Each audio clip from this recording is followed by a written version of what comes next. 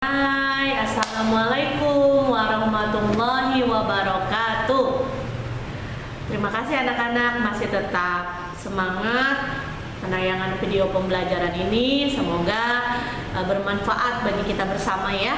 Baiklah, sebelum melakukan aktivitas rutin kita belajar, marilah bersama-sama kita melakukan rutinitas sehari-hari seperti membersihkan diri dan sarapan ya, sarapan dengan gizi yang seimbang.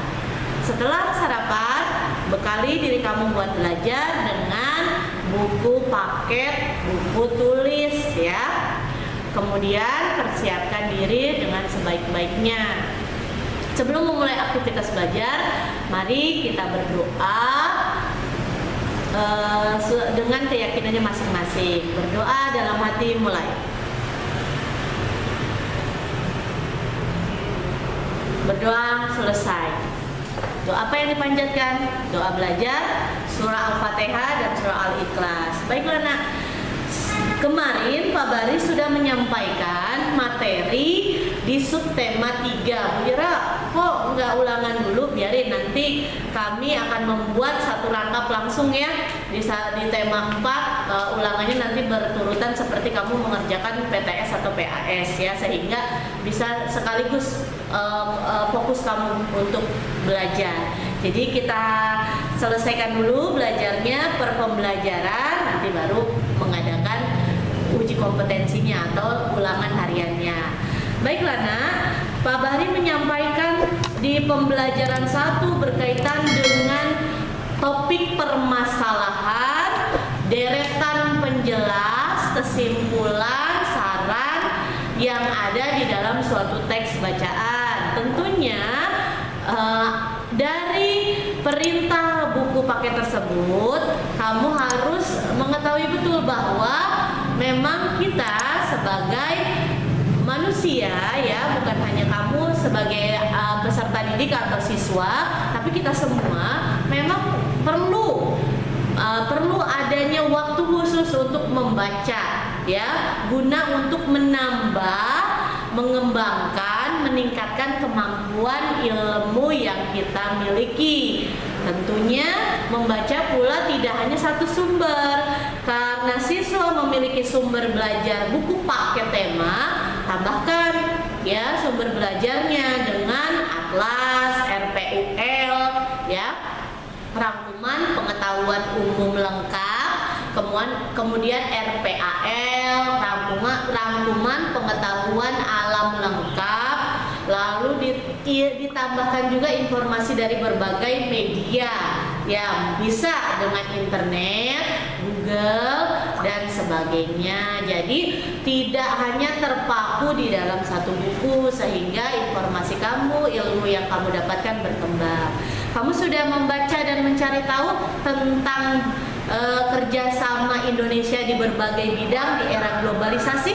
Nanti sewaktu-waktu ketika video call atau Zoom meeting atau Google Meet, Bu Ira dan Pak Bari akan menanyakan loh. Makanya cari tahu ya informasi tersebut, meskipun bukan buat PR. Cari tahu gambar-gambarnya, kamu bikin aja clipping sendiri, walaupun tidak dikumpulkan gambarnya. Oh, kerjasama ekonomi, kerjasama politik, dan bidang-bidang kerjasama ini tersebar di buku paket tema ya. Di tema 4 itu yang pertama disajikan tentang kerjasama di bidang politik, kemudian di subtema kedua kerjasama di bidang ekonomi, lalu di subtema 3 kerjasama di bidang ilmu pengetahuan yang kemarin disampaikan oleh Pak Bahri ya, sehingga nantinya menambah informasi apa-apa saja yang kamu dapatkan dari tema 4 tentang globalisasi ya. Kemarin dibahas sama Pak Bari tentang cara kerja sel surya atau panel surya. Sel surya itu adalah komposisi zatnya, panel surya itu adalah alatnya ya. Nah, nantinya disebutnya pembangkit listrik tenaga surya. Surya di sini adalah cahaya matahari. Cahaya matahari termasuk golongan sumber daya alam yang dapat diperbarui, jadi jumlahnya cukup. Insya Allah bila belum ada kiamat, jumlahnya tetap sama diberikan sama Allah ya. Kemudian di dalam alur proses ya PLTS ini dijelaskan secara runtut. Ya kamu disuruh tuliskan sama di buku paket ya. Runtut itu sesuai dengan aturan, sesuai dengan sistematika penulisan. Jadi tidak boleh acak-acakan, tulisannya rapi. Ya ditulis di buku paketnya nomor 1 bahan-bahan yang dibutuhkannya, terus sistem kerjanya, manfaatnya. Nah, di beberapa tempat menggunakan sel surya dan panel surya, bentuknya lempengan besi tipis begitu. Di sekitaran Kayu Ringin di daerah Kejaksaan ini banyak sekali beberapa rumah yang menggunakan panel surya. Gunanya untuk apa? Untuk menghemat penggunaan listrik berbahan batu bara. Jadi ketika salah satunya fungsinya ketika listrik padam ya, rumah tersebut tidak ikut padam karena memiliki cadangan energi dari panel surya. Memang dibutuhkan biaya khusus untuk memiliki panel surya ini. Tapi kalau kamu rajin dan gemar menabung, kamu bisa kok, orang tua kamu bisa kok membeli panel surya ini ya. Baik, kita masuk ke pembelajaran kedua. Pembelajaran kedua berkaitan dengan ajakan ya, penawaran dan lebih kepada penerapan agar kita mencintai produk dalam negeri ya. Salah satunya adalah buah-buah lokal yang memang buah tersebut bisa dipanen di dalam negeri dan memang merupakan berasal dari negara Indonesia. Coba dicek ataupun diingat-ingat buah-buah apa sajakah yang merupakan produk dalam negeri atau merupakan hasil dari dalam negeri. Mangga Indramayu, kemudian apel Malang ya, terus durian Medan. Yo, enak banget ya. Ini perlu ya, salah bagian-bagian dari yang Ibu sebutkan ini adalah salah satu beberapa jenis buah selain buah-buah yang lainnya. Nah, buah-buah ini harus kamu gemari. Salah satu manfaat dari menggemari makan buah adalah tubuh kita memiliki suplemen vitamin cadangan makanan yang baik bagi tubuh, sehingga tentunya bisa menghindarkan diri dari penyakit dan virus berbahaya seperti corona ini. Perbanyak makan buah-buahan lokal ya. Nah, di situ di pembelajaran kedua di halaman 106 dibuka ya Nak. Di sana ada teks, jangan lupakan pasar tradisional. Nah, ini merupakan alarm, pengingat bagi kita. Kenapa? Karena banyak di antara kita ya, jangankan hanya siswa, orang-orang dewasa pun sudah mulai bergeser ya ketertarikannya dibandingkan pasar tradisional dengan pasar modern. Memang jelas dari segi sarana dan prasarana lebih membuat kenyamanan di pasar modern, tapi tentunya ada kelebihan dan kekurangannya. Ketika kamu berada di pasar modern, interaksi, komunikasi, bahkan silaturahim minim ya, kecil sekali terjadi. Kemudian harga yang ditawarkan cukup tinggi ya, karena memang ada beban sewa gedung, beban sewa sarana dan prasarana, sehingga menyebabkan harga tinggi. Di samping itu adalah biasanya pasar modern lebih mengutamakan produsen-produsen, di mana produsen tersebut adalah produsen-produsen yang memiliki kemampuan modal yang tinggi. Artinya memang orang-orang yang sebenarnya dari segi tingkat perekonomiannya sudah memiliki kemampuan ekonomi yang cukup baik ya. Jadi dengan istilah lain orang-orang kaya ya. Nah, sedangkan ketika kita berada di pasar tradisional memang sarana dan prasarananya terbatas.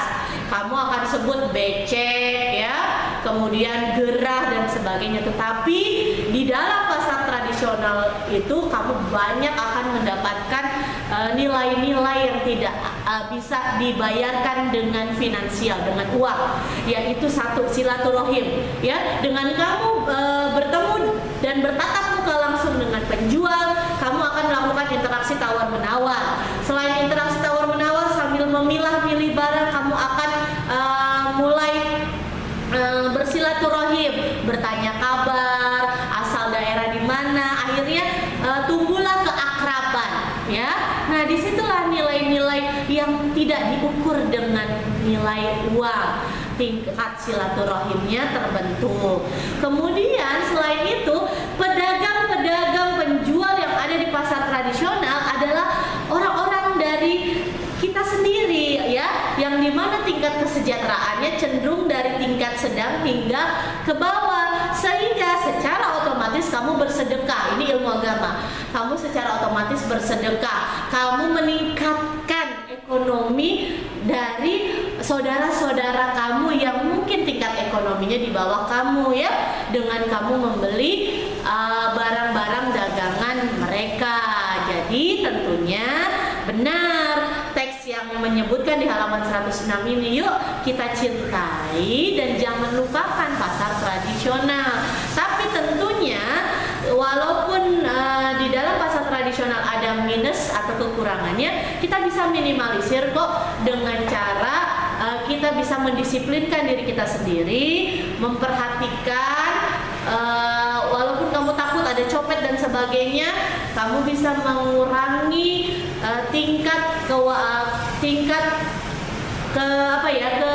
kecenderungan kecerobohan kamu dengan cara kewaspadaan yang tinggi. Enak kok, Bu Ira lebih tertarik karena Bu Ira praktek langsung. Bu Ira dekat dengan pasar modern, pasar, ya, salah satunya adalah Sumarekon, dengan adanya pasar tradisional. Lebih nikmat dan lebih bisa banyak membeli apapun di pasar tradisional dibandingkan pasar modern, ya. Jadi yuk kita cintai pasar tradisional.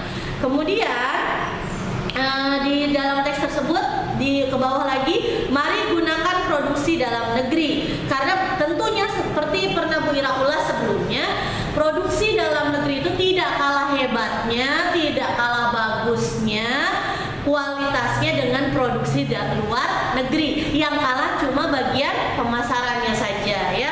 Jadi nanti tugas kamu sebagai generasi penerus bangsa, kamu gencarkan pemasaran agar produksi dalam negeri kita menjadi bangkit, sehingga kita bisa bangga terhadap produk-produk dalam negeri. Adakah produk dalam negeri yang sudah sampai ke luar negeri? Banyak, ya. Salah satunya adalah produksi sandal yang berasal dari provinsi Jawa Barat, yaitu dari Cibaduyut, itu sudah sampai ke luar negeri. Nah, ya, jadi kamu cukup bangga. Kemudian di situ kamu akan menemukan teks, ya. Teks tersebut di halaman 106, 107, dibaca, cermati. Sekali nggak bisa, dua kali nggak bisa, 3 kali, sehingga kamu paham, ya, Nah, setelah kamu mencermati teks tersebut, lihat di dalam bagan yang ada di halaman 107.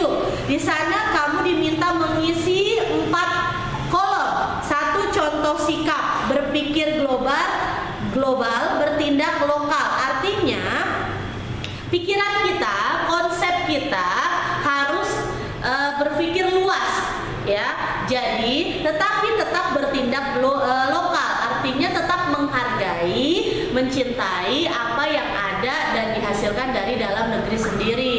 Jadi kamu perlu berpikir bagaimana produk kita bisa sampai ke luar negeri, tapi kita tetap menggunakan produksi dalam negeri. Dengan kamu menggunakan batik yang kamu gunakan untuk sekolah, kamu salah satu bentuk mencintai produksi dalam negeri karena dibuat dari dalam negeri. Contohnya berpikir global dan bertindak lokal, mengkonsumsi buah-buahan dalam negeri, buah-buahan lokal. Terus menggunakan produksi dalam negeri. Bukan contoh sikapnya, berarti kebalikannya. Kamu gemar mengkonsumsi buah-buahan luar negeri, misalkan pisang Sunfry, terus apel Washington, ya jangan, kan masih ada produk dalam negeri yang lebih enak. Kemudian menggunakan produksi dalam negeri, berarti kebalikannya, bukan contoh sikapnya. Menggunakan produksi luar negeri, seperti apa? Sepatu Kakandas, Adindas, ya. Kemudian sepatu Nike, ya jangan gunakan produksi dalam negeri. Banyak kok sepatu-sepatu yang awet dan tahan lama. Dari harga aja udah cukup bisa membuat kita mempertimbangkan membeli produksi luar negeri. Bu, kalau yang di online di Tiongkok itu harganya jauh banget, tapi ketika datang barangnya tidak sesuai, ya. Jadi lebih baik kita gunakan produksi dalam negeri. Nah, dampaknya apa?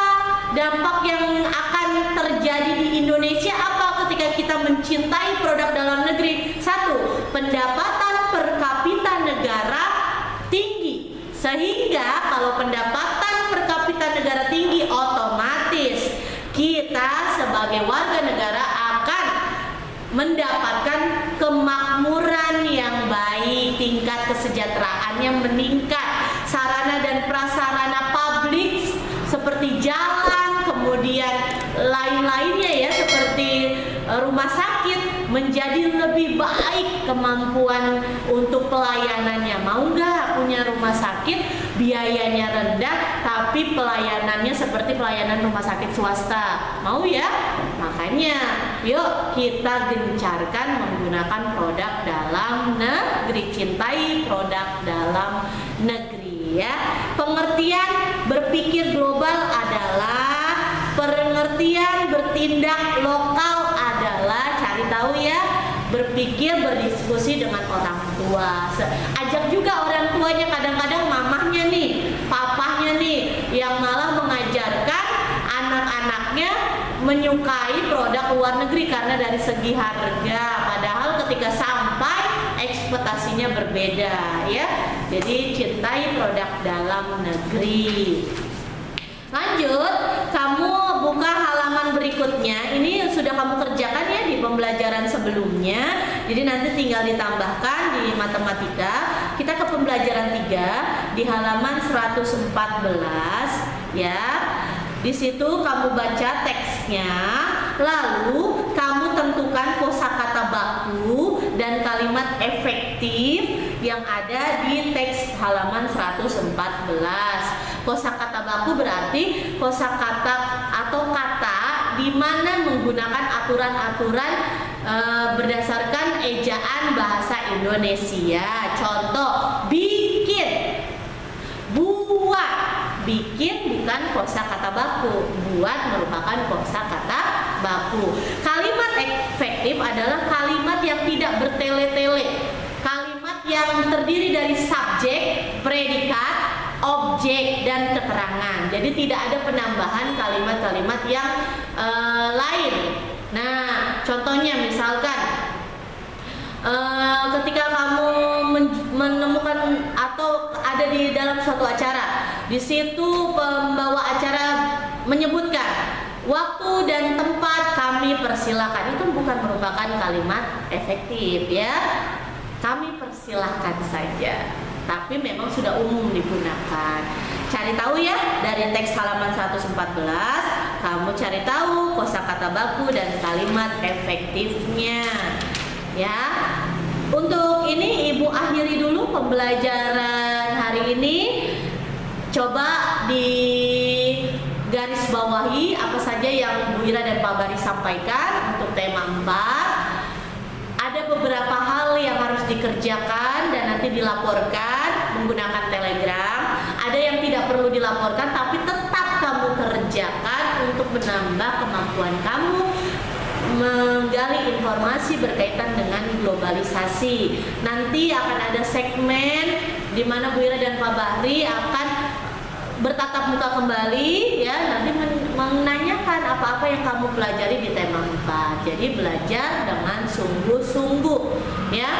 mau bagaimanapun keadaannya masih seperti ini.